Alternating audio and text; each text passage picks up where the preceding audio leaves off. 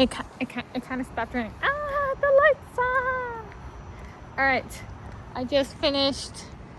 Let's see, not either of those. Not this time. I saw Wuthering Heights, sixth viewing in a movie theater. My second one this 2026 80 year. Second movie I've done that for, and second movie in my life I've done that for. And it's 2026 film, Wuthering Heights. I'm Tanis, she, her, hers of Seattle. And it is Sunday, 15 March 2026, and I'm at Regal Cinebarre Mountlake. And all those viewings have been here. And I decided to watch it this time. So it was a 6:45 p.m. showing in the English language, no subtitles or captions on screen. And it was my 6th time seeing it in a 32-day period, including like the counting the day 1 of seeing it and then today's viewing. And I decided to watch it with a ruminating about surnames filter. And yeah, this is that might actually be what the book's about.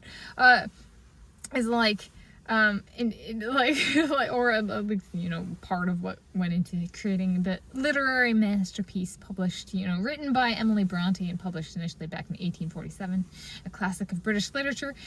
It actually brings that up. It brings up the daughter, Catherine, and then there's a son that's brought in, but that's not a son, but like a guy off the street that she names Heathcliff after her dead brother.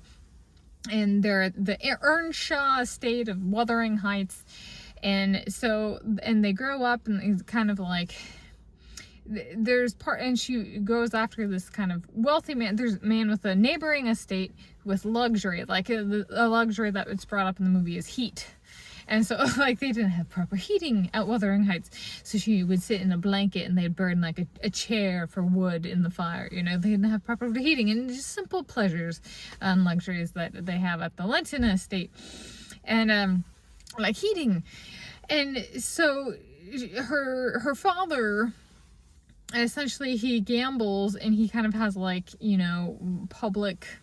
He like is walking through the estate one day, and Mr. Lynn sees him, and he's kind of like portrayed as drunk and being helped by the servants, the help to get inside, and Mr. Lynn sees him, and she's all about how it brings her shame, and so she becomes Mrs. Linton, and Catherine Linton instead of Catherine Earnshaw.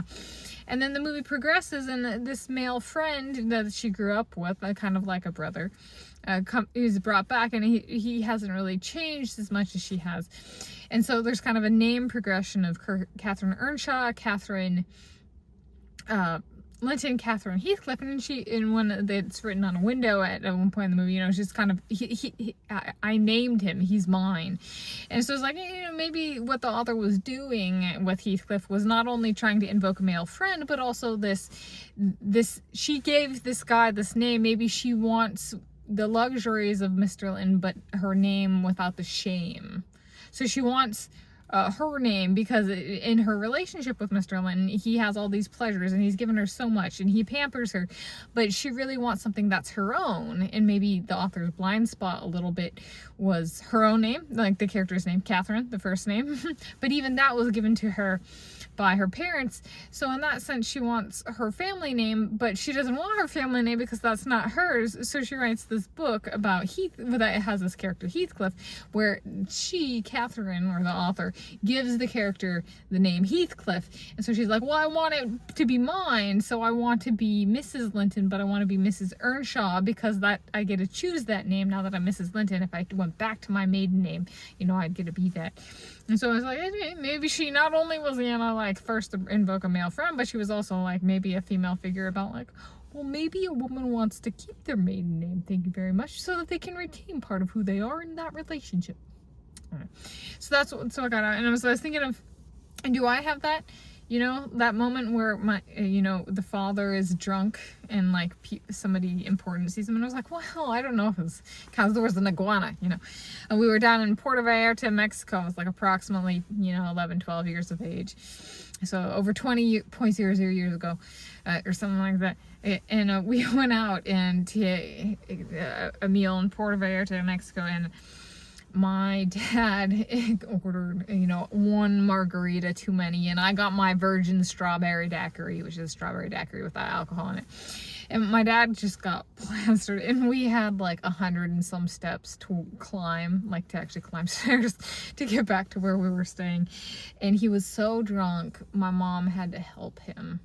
And my sister and I were too young and too small to be able to help. And I was like, he was drunk in public. But it was like, you know, there was an iguana that lived below our window. So I was like, it was Mexico and it was nighttime and there was an iguana. And it's like, so not quite the same as the movie, but I was like, it was a funny story. I think we've told that story a number of times, but it was like, I wouldn't go so far as saying necessarily that it caused it shame. Does that change? Does Jacob Elordi go, let me teach you a thing or two about our love story and how that one goes on? But anyway, so that's on seeing 2026 film Wuthering Heights a 6th time and 32 times as a master takeaway. There's still new takeaways.